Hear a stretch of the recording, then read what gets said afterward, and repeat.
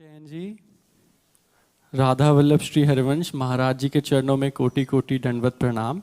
यदि कोई एक प्रतिकूलता का बार बार चिंतन होने लगे जिससे साधक की स्मृति, आत्मविश्वास, आनंद व इच्छा शक्ति पर बुरा प्रभाव पड़ रहा हो और साधक के बार बार हटाने पर वह ना हटे, तो वह कैसे साधना पर ध्यान दे? पहली बात तो बच्चा ये है कि प्रयास ही वो कैसा जिससे असफलता मिले। इसका मतलब नाम जप नहीं हो रहा सही ढंग से।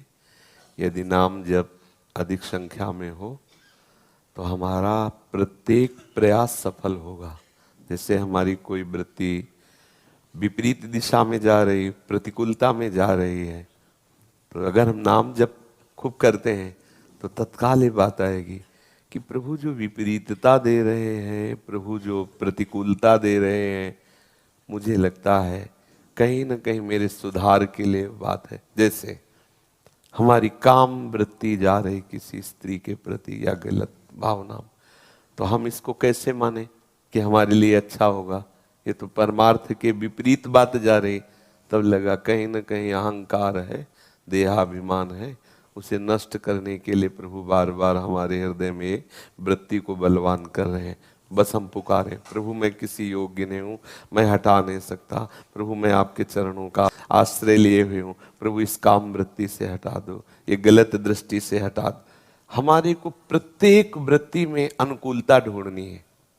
हमारे जीवन में कुछ भी अब घटना घटेगी तो प्रभु से जोड़ने के लिए घटेगी, हटाने के लिए नहीं घट सकती। यदि हम इस धारणा से करें तो हमें बहुत जल्दी लाभ मिले। कुछ भी हमारे अंदर आ रहा है तत्काल हम उसको अनुकूलता में लाएं।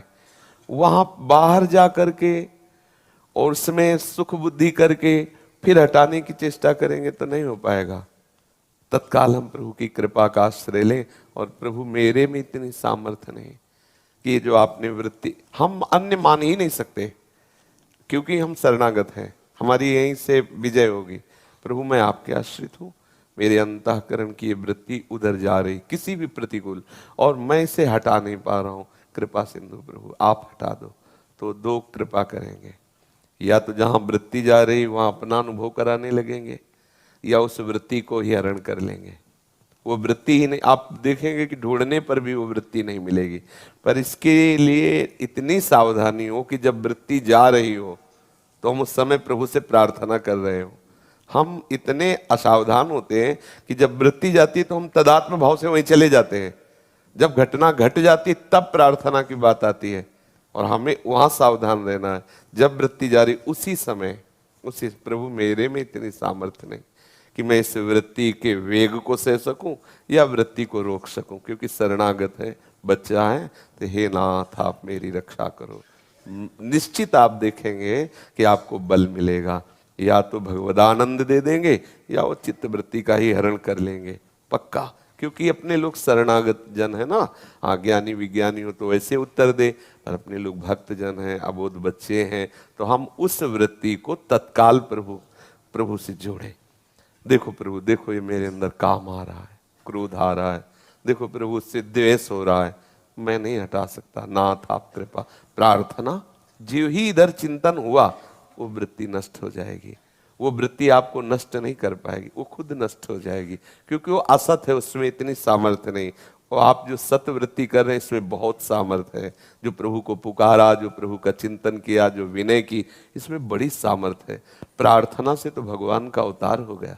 देखो गौ रूप धारण करके पृथ्वी समस्त देवता ब्रह्मा जी जब जय जय सुरनायक जन सुखदायक प्रणतपाल भगवंता प्रभु की प्रार्थना की, भगवान प्रकट हो गए।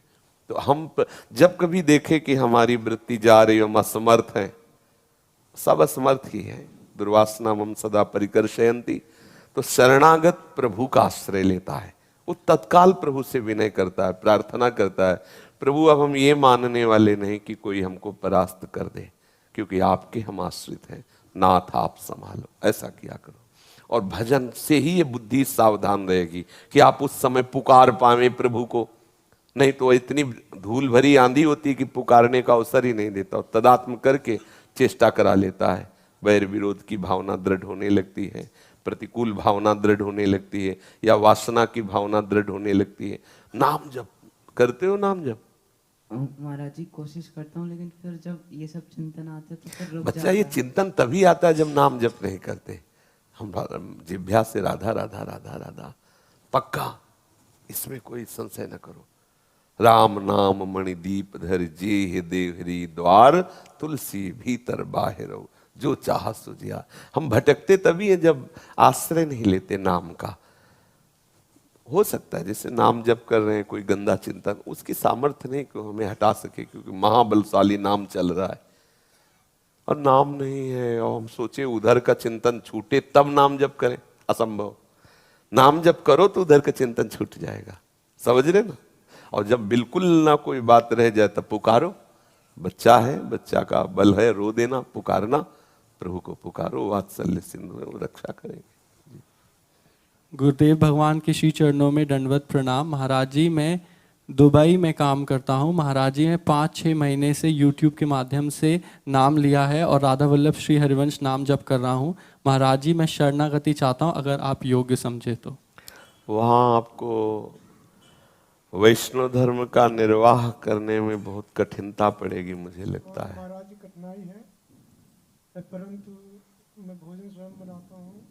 अच्छा प्याज लहसुन सब छोड़ दिया है। अच्छा। लेकिन थोड़ा दिक्कत ये है कि जिस किचन में बनाते हैं सेपरेट किचन नहीं होता, सबके साथ का होता है, तो उसमें सब लोग अपना बनाते हैं, तो उसमें मांस भी बन, सब बना के वो सब लोग दीक्षा तो ना लो, राधा वल्लभ श्री हरिवंश नाम जप करो जैसे और शास्त्र सब। बच्चा बड़ा अपराध बनता है।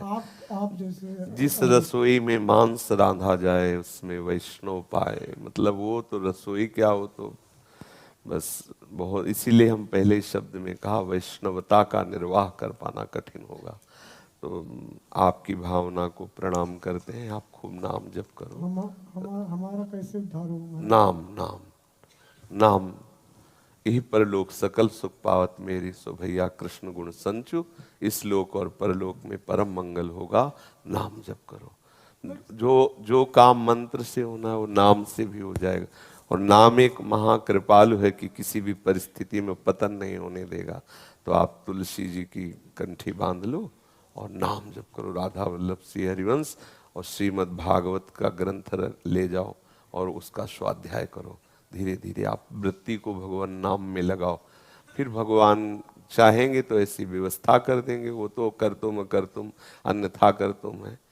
विदेश में काहे को हो? धन के लिए हो, व्यवस्था के लिए। तब परिवार विदेश में रहता है या परिवार के पोषण के लिए नौकर? पोषण के लिए मैं अकेला ही हूँ। हाँ तो भैया, अकेला ही कमाता हूँ, परिवार पोषण। हाँ तो भैया, मुझे लगता है भारत में ऐसी कमी तो है नहीं कि भारत में किया जाए तो परिवार का पोषण ना हो। मुझे लगता है काहे को गंगा यमुना के पावन वायु से दूर हो। पहली बात तो जितना जल्दी होगा उतना जल्दी। हाँ, स्वागत है। आप पहले वो देश छोड़ो, वो वास छोड़ो, वो संग छोड़ो जो भगवान से विमुख कर दे। कैसे कैसे हो सकता है जहाँ हम जिस रसोई में। बहुत कष्ट है महाराज जी, पता है मेरे को। हाँ तो भैया, हम आपसे और आप ठाकुर जी से भी प्रार्थना करते हैं, आप ऐसा संग छोड़ो, ऐसा वास छोड़ो। और एक कोई यहाँ ऐसा नहीं है कि यहाँ भारत कोई गरीब देश थोड़ी है, ना ना, ऐसा मत समझना। विदेशियों ने आक्रमण करके हमें हमारी कुछ संपत्ति अपहरण कर ली है, पर ये गंगा की धारा की तरह भारत देश है, कितना अपहरण करोगे। यहाँ माटी भी सोने की तरह है, ये तो अलग ही देश है। ये सच्ची मानो, हम अपने देश पर गर्व नहीं करते, हम अपने देश की महिमा को नहीं जानते, इसीलिए ऐसा है। नहीं तो नमक रोटी खाओ अपने हाँ, अपने देश का झंडा उठाने के लिए कि हम भारतीय हैं, कहीं भी चले जाओ वो बात अलग है। लेकिन हम कहीं ऐसा कि खान पान और वातावरण की गुलामी से अपने देश का नमक रोटी बढ़िया है भैया, हमें तो ऐसा लगता है। थोड़े दिन का जीवन है, कुमार्गामी अभक्ष पदार्थ खाने वालों का संग करें और हमें लाखों रुपया मिले तो मुझे लगता है वो जीवन बेकार जीवन है। किस काम का जीवन? हमें क्या आदेश है? हम तो कह रहे हैं पहले अपने देशवासी बनो, नमक रोटी खाओ और हरि शरणम।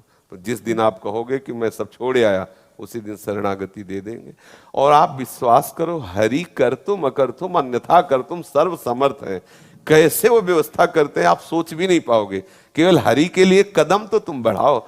सही कहते हैं, ये जैसे भगवत मार्ग है ना, हम इस देश के वासी हैं, इस देश के नागरिक हैं, तब भगवत मार्ग के पथिक हैं। पहले हम इस देश के वासी हैं, पहले हम इस देश के नागरिक हैं। हमें इस बात का गर्व है कि हमें भारत देश में जन्म मिला, ऐसी परम पावन भूमि में। आज अगर कहीं भी विश्व में भागवतिकता है तो हमारे देश का परमाणु है, पक्का समझना। कोई न कोई हमारे देश का परमहंस गया और वहां ऐसे बीज बो दिए जहां नहीं तो वो चीज नहीं जो बड़े बड़े सब सर्च करने यहीं आते हैं। यही यति एक से एक महात्मा। ये देश है, ये मुकुटमणि देश है, पूरे मृत्युलोक का मुकुटमणि देश है। कहाँ गंगा बहती है, कहाँ यमुना है, कहीं है पातिव्रत धर्म ये अपने पति पर जीवन न्यौछावर, कहीं है बाल ब्रह्मचारी और योग में निष्ठ भगवत आराधन तत्पर। ऐसा बड़ा मुश्किल। अगर कहीं संस्कार हैं किसी भी के भी तो हमारे भारत देश की ही उपज है। वहां कोई न कोई ऐसा महात्मा गया जो ऐसे भक्ति के बीज, ऐसे नियम निष्ठा के बीज। भैया लौट आओ अपने देश में। धर्म विरुद्ध आचरण, धर्म विरुद्ध आहार और सोने के सिंहासन में बैठना मुझे लगता है दुर्भाग्य है। टाट पट्टी में बैठना हो, नमक रोटी खाना हो, अपनी मातृभूमि में रहकर धर्म पूर्वक जीवन बीते। कितने दिन का जीवन, इसलिए ऐसा चलो। राधा वल्लभ श्री हरिवंश नाम जब करते हो कि अपने श्री मुख से देने का। हाँ, राधा वल्लभ श्री हरिवंश, राधा वल्लभ श्री। श्री सद्गुरुदेव भगवान के श्री चरणों में कोटि कोटि दंडवत प्रणाम। गुरुदेव भगवान, ये शरीर वृंदावन का आश्रय लेकर लगभग 12 से 15 वर्षों से वृंदावन में वास कर रहा है। गुरुदेव भगवान, श्री जी की सेवा मानकर ही बाहर जाता हूँ। ठाकुर जी की चर्चा भागवत कथा के माध्यम से करने के लिए श्री जी भागवत कथा के लिए बाहर भेज रही हैं। 17 तारीख को जाना होगा। आपसे आज्ञा अनुमति की अभिलाषा है। हाँ, हरिजस गान करने के लिए तो कहीं भी प्रभु भेज दे, बस सावधान रहना। भगवत यश गान करने वाले को ये सावधानी रखनी है कि पराई माता बहनों की तरफ गंदी दृष्टि न हो। प्रणाम नमस्कार आचार्य गुरु हरि को दो। बहुत सात्विक भोजन, कभी अकेले मत रहो। 2-4 ऐसे रहें जिससे कभी कोई तुमसे गलती न होने पावे। तो भगवत यश गान करने वाला जो दूसरों को भगवत चर्चा सुनाने की भावना रखता है, वो धीरे धीरे स्वयं में भगवत अनुरागी हो जाता है। भागवत साक्षात श्री कृष्ण का स्वरूप है। जब हम उसकी महिमा से अलग उतर जाते हैं तो फिर बात गलत हो जाती है। नहीं तो केवल भागवत की चर्चा करने वाला निश्चित भगवत प्राप्ति कर लेगा, क्योंकि भगवान का स्वरूप ही है भागवत। खूब गाओ, खूब उसी में रमण करो, चिंतन करो, मनन करो। कोई ऐसे आचरण न बन पावे कि कोई अंगुली उठावे। कभी कोई नशा नहीं, कभी किसी से गंदा व्यवहार नहीं, और कभी किसी के आगे हाथ मत फैलाओ। देनहार कोई और है, देत रहते दिन रैन, वो देगा तो निहाल हो जाओगे। और अगर छल कपट मांगना ये सब ठीक नहीं। भगवान की चर्चा करो, नमक रोटी जैसे चलावें वैसे। वो जिस दिन देंगे ना, ऐसा होता है, थोड़ी देर तो आपको धैर्य पूर्वक निर्वाह करना पड़ेगा, फिर जिस दिन कृपा कोर होगी आप समझ जाओगे। कभी ग्रंथ को बेचे ना, होता है ना कि भाई 7 दिन हम आपके यहाँ चलेंगे, आप 2 लाख रुपए दीजिए। इससे भक्ति नहीं आएगी, फिर इससे भगवत प्राप्ति का मार्ग रुक जाएगा।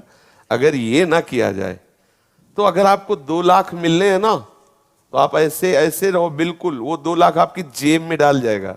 क्योंकि अन मांगे स्वामी हरिदास जी कह रहे हैं, अन मांगे आगे आवेगो जीव पल लागे पल को। जैसे पल बिना प्रयास के गिरती, ऐसे बिना प्रयास के धन आपके पास आ जाएगा।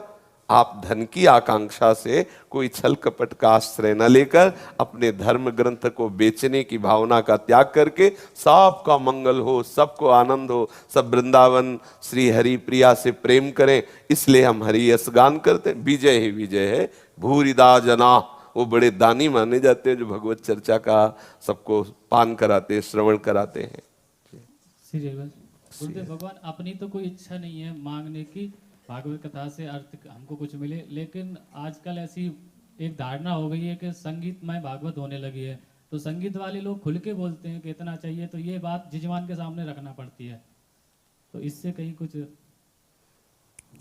हम इस विषय में हम क्या कह सकते हैं। बकाया हमारी तो यही बात है कि हम संसार को रिझाने की भावना का त्याग कर दें, संसार का मंगल हो, सब आनंदित रहे, सब प्रसन्न रहे। और वो बात संगीत से नहीं होती, वो अंदर के संगीत से होती। जब हमारा मन का तार प्रभु से जुड़ता है। फिर जब श्री सुखदेव जी प्रवचन किए तो कौन सा संगीत था, आप बताना। जब सूत जी 88,000 ऋषियों के सामने प्रवचन किए तो कौन सा संगीत था, सब प्रेमानंद में डूब रहे थे। अच्छा है साथ में नाम कीर्तन आदि के लिए स्वाभाविक संगीत, पर उसके लिए हमें किसी से अर्थ की याचना करनी पड़े। वैसे क्या है कि हम लोगों की जैसी धारणा होती है ना, वैसी व्यवस्था होती है। यदि ऐसी हम व्यवस्था करें कि हम भगवत चर्चा सुनाएंगे, तुम्हें संगीत प्रिय है तो तय कर लो, हमें कुछ नहीं चाहिए, हम तो हरि जस गाएंगे, तुम अपनी व्यवस्था कर लो जैसा जो कुछ करना है। फिर आपको लगेगा कि वो हमारी व्यवस्था नहीं होगी, तो फिर भागवत का रहस्य क्या जाना। श्री कृष्ण जगत का भरण पोषण करने वाले विश्वम्भर हैं।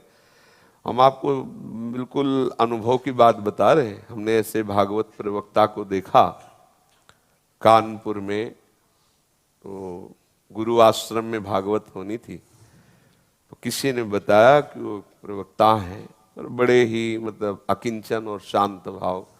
तो गुरुदेव भगवान ने कहा उन्हीं को लाओ, सन्यासी गुरुदेव भगवान थे।